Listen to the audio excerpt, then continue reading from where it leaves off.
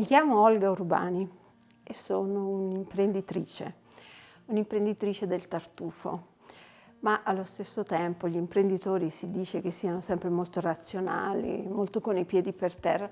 Io invece al contrario sono anche una sognatrice ed è per questo che mi sono innamorata tanti anni fa di questa casa, perché mi dissero c'è una casa che ha una scalinata che sembra che porti in paradiso. E io così la venni a vedere e fu buffissimo perché c'è questa che è considerata la scalinata più bella di Spoleto, ma con statue, colonne, ed era una cosa veramente molto imponente. Poi entrai in questa casa e non c'era il tetto.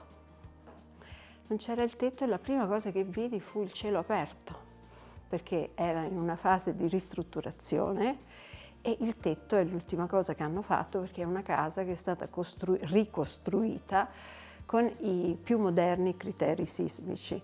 Quindi casa del Cinquecento, la vengo a vedere e ho visto veramente il paradiso, quindi penso che sia stata quella la prima emozione che mi ha fatto innamorare di questa casa. Poi ho cominciato a girarla, vedevo delle pitture scolorite, abbiamo ritirato fuori questi dipinti bellissimi che sono proprio della storia di questi muri e di questa casa con una mia amica restauratrice.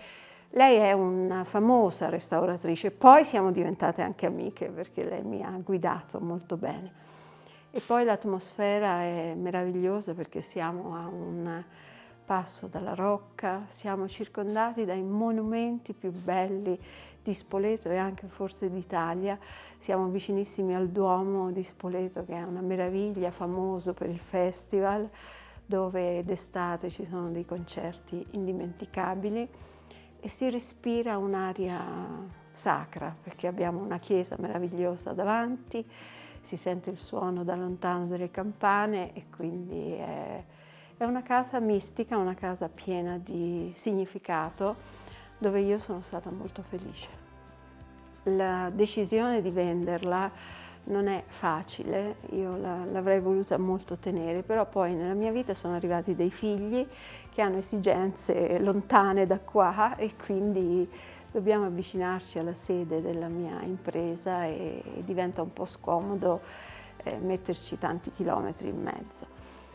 È come staccare un pezzo di me, perché in effetti mi rispecchia molto, ma poi ho trovato una persona, così per caso, sulla mia strada, quando meno ci pensavo, e lei si chiama Anna e fa parte di questa grande organizzazione che è Great Estate.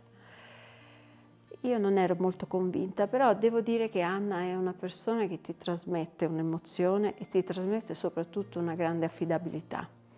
E quindi le ho detto semplicemente guidami in questo distacco, perché privarsi di una cosa così bella non è mai facile. Allora, chiaramente essendo un'imprenditrice che ha 6 sedi in America, ho lavorato con tanti real estate dovunque, in Europa, in America e in Italia.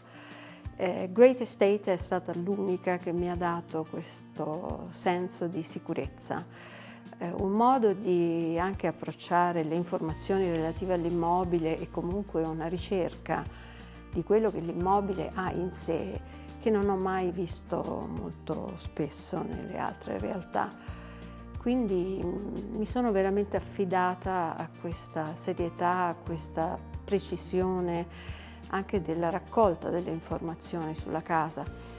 Ad esempio mi hanno appena approvato un progetto che mi fa ancora più piangere il cuore nel lasciarla e quando Anna di Great Estate ha visto il progetto è rimasta veramente estasiata perché è possibile veramente in modo eccezionale aprire un enorme terrazzo sul tetto della casa, il famoso tetto che non c'era, così da tornare a riguardare il paradiso.